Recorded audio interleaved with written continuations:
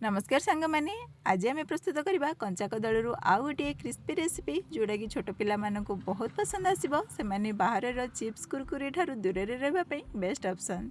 तो भिडियोटी शेष पर्यंत देखूँ यही क्रिस्पी रेसिपी बनवाई मुझे नहीं जाइए 4-5टी कंचा कदली सबुगुड़ा कंचा कदली टप बटम काटिकी बाहर कर नहीं आउ कंचा कदली को एमती गोटा ही देदेबा गरम पानी रे कड़े नहीं जावा पानी ताको गरम होगा देवा पानी जो गरम हो कंचा कदली गुड़ी देदेबा आउ कभर करनबा 10 रु 15 मिनिट मीडियम फ्लेम रे 10 रु 15 मिनिट बॉयल हो गला परे कंचा कदली आमर सीझी जाइथिबो। वर्तमान गैस रे फ्लेम को ऑफ करबा आ याको आमे गरम पानी रो बाहर करबा। कदली को बाहर कर सारिया परे हल्का ठंडा हेबाक देबा। बहुत गरम अछि तो गोटे मिनिट एमते ठंडा हो सारिया परे तार चोपा को आमे बहुत ही आराम रे बाहर कर परिबा।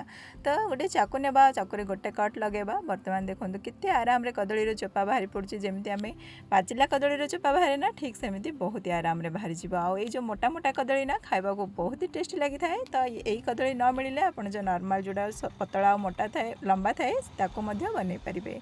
आ एठी देखंतु कदली चोपा छड़े नहीं आ चोपा गुड़ी को भी फोपाड़े नहीं। चोपारे भी बहुत बढ़िया रेसिपी बनवा बहुत बढ़िया चटनी भी बनवा। आपण मैंने जदि कदली चोपा चटनी बनवा चाहते तो आगु मो चैनल अपलोड अच्छी आपण मैंने जाइए चेक करेंगे। बर्तमान कदली गुड़ी को नेबा आ 1 इंच डिफरेंस रे ताको एमती कट करनबा। तो मोटा मोटा एमती खंड करनबा आ गोटे कदली 5-6टी खंड हम ठीक सेमती खंड करनबा। बेसी पतला करवानी टिके एमती मोटा मोटा ही रखिथिबा। तो ये देखो सब गुड़ा कदली को मुझे मोटा मोटा रे खंड कर नहीं आ बर्तमान या आम फ्राए करवा बा छाणीबा। से तेल गरम करवा और गरम तेल रे या एमती ही डायरेक्ट छाणी नबा ना ए कौन से लुण हलदी किसी भी गोलैवा आवश्यक नहीं। केवल कदली खंड गुड़ी को तेल रे फ्राए करवा और 3 रु 4 मिनिट ही फ्राए करवा। या बेसी समय माने गोल्डन कलर होगा पर्यंत छाणीबा आवश्यक नहीं।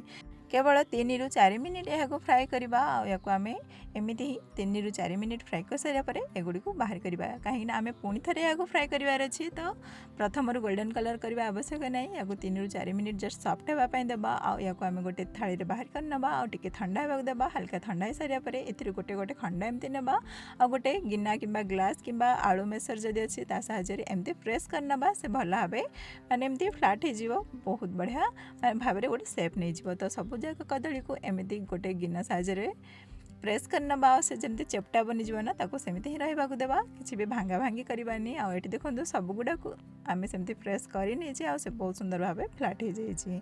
बर्तमान यहाँ आम पुणी थे फ्राए करवा आ एमती ही फ्राए करवा से कौन लुण हलदी गोलैवा आवश्यक नहीं।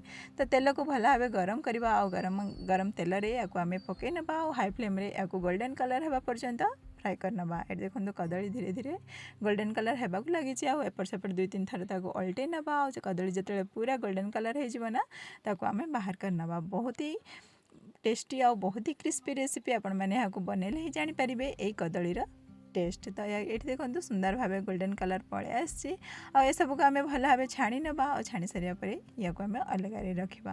तो देखो ए पर्यंत आम ए लुण गोलैने। तो या आम लुण गोलैबा प्रथम सब गुड़ा कदली को छाणिकी बाहर करनबा। तो गोटे थर मैं बाहर करने जहाँ भी बड़ी थो ना पुणी थे फ्राए करनबा आ हाई फ्लेम रे ही फ्राए करवा। तो ये देखो हाई फ्लेम रे फ्राए करनी आ सब गुड़ा कदली बहुत सुंदर भाव में छाणी जाइए। आपण मैंने देखिए जानीपारे से केते क्रिस्पी बनी ना ए कौन बेसन मैदा कि कॉर्नफ्लोर किसी भी मिसनी केवल कदली ही एत क्रिस्पी बनी जे हाथ में गुंड कले मैंने पूरा एमती खंड खंड हो जाऊँगी। तो ये देखो कदली गुड़िक फ्राए हो जाइए। या पकई ना ये पेरी पेरी मसला मुझे पेरी पेरी मसला पकई आपन चाहिए चाट मसला पकई पारे कि गोटे चमच लुण गोटे चमच लंका गुंड गोटे चमच चाट मसला ये सबको मिसैकी पकई पारे।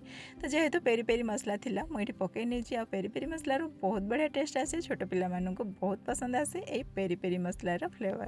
तो ये गोटे पकेट पकई नहीं या भल भाव हाथ में ही गोलई नबा और सबको एमती स्टोर करके एयर टाइट डबारे रखिपारे 15 ରୁ 20 दिन पर्यंत किंतु रही पिला माने जदि घरे अच्छा ना गोटे दिन ही सरीज। तो ये बनी रेडी हो जाए आमर कदली टुक बा क्रिस्पी क्रिस्पी कदली चिप्स। आपण मैंने यही प्रोसेस रे बनातु खातु पिला दिंतु आ बाहर पकेट जिनस ठारू दूर रखु। तो रोची नमस्कार जय जगन्नाथ।